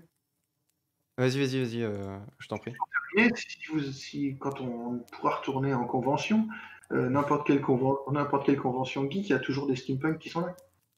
Oui, bien sûr, tout à fait. Ne serait-ce que pour du cosplay, etc., quoi. Ouais, et le grand problème du steampunk, c'est son nom. Parce que déjà, pour certains, le mot punk, ça leur fait peur. Hmm. Oui, tout à fait. Ouais. Steampunk, ça parle à personne. Tandis que post-apocalyptique, on comprend l'idée de post-apocalyptique. Fantasy, la fantasy, ça fait partie de notre ADN parce que voilà, on a toujours eu les légendes arthuriennes, etc. Mais pas le steam. Et, et comme il n'y a pas de définition fixe, ça laisse champ libre à plein de choses. Tout à fait. Est-ce que tu as vu la série Carnival Row? Carnival Row. Et je voulais savoir si tu considérais ça dans une esthétique steampunk, justement. J'ai eu ce débat avec des amis.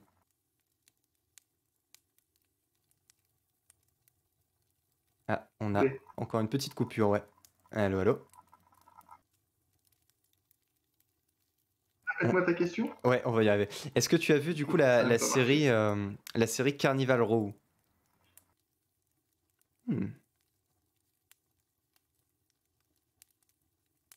On va y arriver. Techniquement parlant, c'est difficile, mais on y arrivera. Oui, j'ai vu Carnival Row. J'ai Ok, beaucoup aimé Carnival Row. ok. Et du coup, ma question c'était, bah, est-ce que tu fais entrer ça dans l'esthétique steampunk? Est-ce que pour toi, ça rentre dans cette catégorie-là aussi?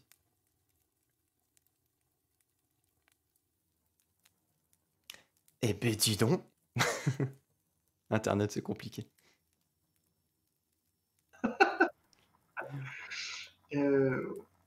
Ou... Attends.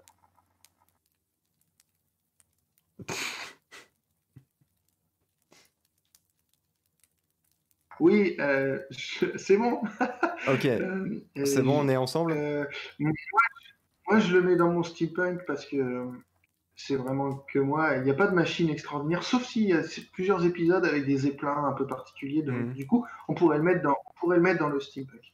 Euh, Parce que dans cet univers, on sait que quelque part, il y a de la technologie et voilà. Même l'esthétique de la ville pourrait dire que c'est du steampunk. Alors, si on était maintenant comme le steampunk commence malgré tout à avoir plus de visibilité, certains prêchent sont autour de leur précaré et donc disent non, c'est plutôt de la gaslamp fantasy par exemple. Mais D'accord, ok. oui, en tout cas, dans le cadre de ce que je fais avec French Steampunk, où on a une vision vachement large, on mettrait ça, on en parlerait. Ok, ok. Je suis de cet avis. Bon, moi, j'attends la saison 2. Ah, mais pareil. Et apparemment, peut-être fin de cette année, on verra bien. On espère. Voilà. Voilà. Ok, ok. Alors, je vais accélérer un petit peu les choses parce qu'on arrive mal sur la fin Déjà, et qu'on a une dernière partie de jeu de rôle à faire. Petite question d'ailleurs, en termes de communauté, tu préfères dire que les gens adeptes du steampunk, c'est des steamers ou des vaporistes? alors, quelqu'un du forum, c'est le forum steampunk.fr qui a inventé ce mot de vaporiste que j'aime beaucoup. D'accord, Euh, ouais. ça aide pas plus à faire. C'est pour Non, notre sentiment d'appartenance. Ça aide pas plus à tout à faire fait. avancer le schmilblick. Certains s'appellent des steamers, d'autres des steampunks. Euh, j'ai vu passer steampunker. Euh, il y a des vaporistes. Des steamers punkistes, des punko des, des, steamerpistes. des, c'est ça. Ouais. Moi, j'aime bien ce mot vaporiste parce que J'aime bien c'est un aussi. mot français. C'est ça, ouais, ça francise un peu le mouvement, c'est plutôt chouette. Ok, ok. Sa petite dernière question, parce que je l'aime bien, parce que je suis allé sur ton site tout à l'heure, ça m'a fait rire. Quand est-ce qu'on aura la bio longue sur ton site? Parce qu'on a une bio, mais elle est très courte. Quand j'aurai fait assez d'introspection pour pouvoir l'écrire. Quand tu auras beaucoup regardé la photo de toi enfant. Il faudrait que je la fasse, oui. Donc, oui, parce que le site en anglais aussi, attends, une bio longue, mais que je n'ai pas. Ah, moi, j'ai vu que le site en français pour le coup. Il la faudrait. Il la faudrait, comme le prochain bouquin aussi, il faudrait que je finisse. Mais pourquoi pas? Pourquoi pas? Ça peut être intéressant aussi, tout à fait. Ok. Écoute, on va terminer sur cette dernière partie. Donc, tu avais dégainé et tiré du coup sur ton assaillant face à... voilà, donc là, je vais tirer le dé. Il est au corps à corps avec toi. Donc, là, tu as de bonnes chances de le toucher quand même. De 1 à 5, ce serait un échec. Mais 6 ou plus, ce serait une réussite. Donc, je vais tirer le dé du coup pour les gens sur le live. Et c'est un 13. C'est une réussite tout à fait standard. Tu lui tires dans le poitrail. Il tombe en arrière. Ton arme est quand même puissante. Tu es quand même le chef de la garde. Tu as une arme de qualité. Ce qui fait qu'il tombe raide mort du premier coup. Donc là, qu'est-ce qu'il va falloir faire là? Il y a une panique globale autour de toi. C'est-à-dire que là, potentiellement, toute personne peut être une menace potentielle. Parce qu'il court tout autour de toi. Ça va être quoi là le plan? Est-ce qu'on sort avec le roi ou... Je me relève et je cours vers le roi en boitant. Oui, c'est vrai que tu es blessé. Un sale coup de couteau. Et je l'exfiltre. Tu l'exfiltres, ok. Alors, est-ce que ça va bien se passer, sachant que tu boites? On va faire un dernier jet de dés, l'ultime jet de dés de la soirée, pour voir si ça se passe bien, s'il n'y a pas un des assaillants, parce qu'il commence à entrer en fait les assaillants principaux dans le grand hall. D'accord. Donc on va voir si, vu que tu es blessé et tout ça, si l'exfiltration se passe bien ou si un incident arrive. Ça peut être un incident mineur en fonction du résultat sur le dé, je dirais que c'est un incident mineur. Mais tu as un peu plus de la moitié des chances que ça se passe bien. Donc si c'est du 8 ou moins, c'est un échec. Si c'est 9 ou plus, c'est une réussite. Je lance le dernier dé de la soirée. C'est un 20, c'est une réussite critique. Toujours au bon. Toujours au bon moment. Donc hop, tu gardes le roi peut-être dans ta veste pour le protéger des éventuels débris. Hop, y a tes hommes qui te voient, qui t'aident à l'exfiltrer le plus facilement possible. Vous prenez une porte qui se trouve au fond pour pouvoir directement arriver dans une ruelle. Vous extirpez, vous courez, des gardes vous rejoignent. Globalement, donc c'est un carnage à l'intérieur du musée. Mais, parce qu'il y avait beaucoup de représentants d'ailleurs de la noblesse et tout ça, donc des gens qui ne font pas plaisir aux gens qui voudraient la mort du roi, mais le roi est sauvé. Le roi est sauvé et il vivra plus longtemps, en tout cas grâce à toi. Il va te nommer Haut Lord Général pour ton acte héroïque, en l'occurrence, et plusieurs années plus tard, parce qu'il va vivre plusieurs années après cette attaque, il sera beaucoup plus méfiant et on le verra beaucoup moins en public, en l'occurrence, parce que voilà, un peu terrorisé par ce qui vient de se passer. Il était jeune, hein, il avait 14 ans. Il va faire construire une statue à ton effigie sur la grande place, en tant que Haut Lord Général. Ce qui fait que, voilà, pour flatter ton ego, tu n'auras pas une photo de toi à voir tous les matins en sortant, prendre ton petit-déj, mais peut-être une statue à ton effigie, carrément. Et qui sera plutôt chouette. On t'a perdu, je vais attendre que ça revienne pour faire toute la conclusion. Allô? Décidément, ça sera le live de la difficulté technique ce soir.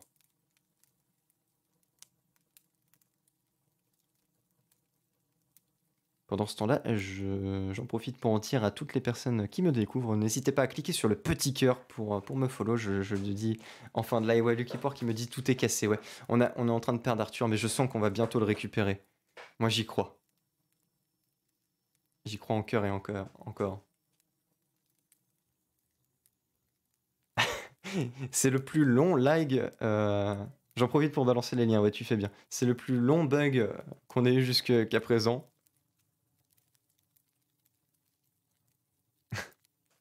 Est-ce que tu m'entends, Arthur? Je te vois bouger. Allô? Je t'entends pas tout le temps. Tu m'entends pas tout le temps. Bah écoute, on arrive sur la fin, donc on va prier pour qu'il n'y ait plus de bugs avant la fin. Alors du coup, bah écoute, l'expérience est terminée. Tu commences à te réveiller tout doucement. Monsieur Circus, qui était toujours derrière toi pendant tout le long de l'expérience, dit son habituelle phrase. Le sujet est plus solide que ce que j'avais imaginé. Merci Monsieur Circus, vous dites vrai comme d'habitude. Écoute, tu te réveilles tranquillement, tu es plutôt fier de ta performance, en tout cas tu peux l'être, parce que du coup ça s'est bien passé, le roi est toujours en vie, malgré cette attaque qui s'est produite ce soir. Mon avant-dernière question que je pose à tous mes invités, c'est as-tu passé un bon moment? Est-ce que l'expérience t'a plu? Oui, je pense que c'est la deuxième partie avec l'histoire à créer, c'était vachement chouette. À C'était vachement refaire. chouette. À refaire, oui. Bah, écoute, très bien. Je vais peut-être retravailler un petit peu le truc, mais en tout cas, moi, je suis content que ça t'ait plu. J'ai bien apprécié. Les dieux de l'informatique n'étaient pas avec nous ce soir. Les dieux des réseaux. Ouais, non, ça, clairement, ouais. C'était, et pourtant, on a essayé de les appeler avec les langages informatiques, mais ça n'a pas trop marché. Merci, Lucky Poire, pour le partage de tous les liens. Et du coup, ma dernière question, qui est traditionnelle et que je pose à tout le monde, une nouvelle définition cette fois. Comment est-ce que toi, tu définirais l'imagination? L'imagination, Ouais. c'est la capacité de créer et de créer, d'inventer, de se projeter dans quelque chose qui n'existait pas quelques minutes ou quelques secondes avant. Ok. Ça me va très bien, comme petite phrase de fin, comme conclusion en tout cas. Eh bien écoute, Arthur, je te remercie d'avoir accepté de participer ce soir à l'expérience. Merci pour l'invitation. Et puis je remercie toutes les personnes qui étaient là ce soir. J'espère que ça vous aura plu. Je vais publier de toute façon la rediffusion. Vous pouvez retrouver du coup Arthur sur son site internet, sur Instagram, sur Facebook. Du coup, il y a effectivement la maison Pumple Week.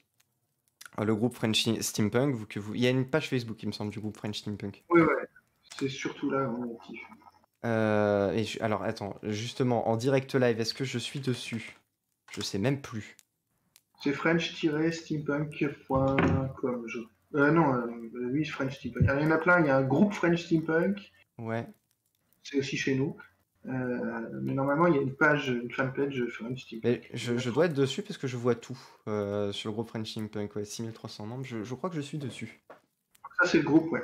Eh Ça, bien, c'est le parfait. groupe et il y a une page où il y a 30 000 personnes. Eh bien, nickel. Bah écoute, ouais, je te remercie encore. Je vais souhaiter une bonne nuit à toi-même et à tout. Tu nous ressors le scaphandre. Je t'ai dit de pas toucher à ça. Laisse ça sur un coin Non, mais d'étagère. je vais le ramener chez moi. C'est tout. Tu, Fallait tu pas me, le laisser traîner. Tu me piques mon scaphandre, ok. Bah écoute, l'embarcadère va te faire descendre va te faire descendre de l'arche du coup, et tu vas pouvoir repartir avec un splendide scaphandre que tu auras trouvé dans mon. Je vais avoir du mal à le planquer celui-là quand même. Si tu m'étonnes, tu pourras pas le cacher sous la chemise. Bah écoute, je te souhaite une excellente nuit. Je souhaite une excellente nuit à tous les gens qui étaient là ce soir sur le chat. Merci à vous de me suivre, et puis je vous souhaite une très bonne soirée et à très bientôt dans mon Imagilab. Ciao tout À le monde. bientôt.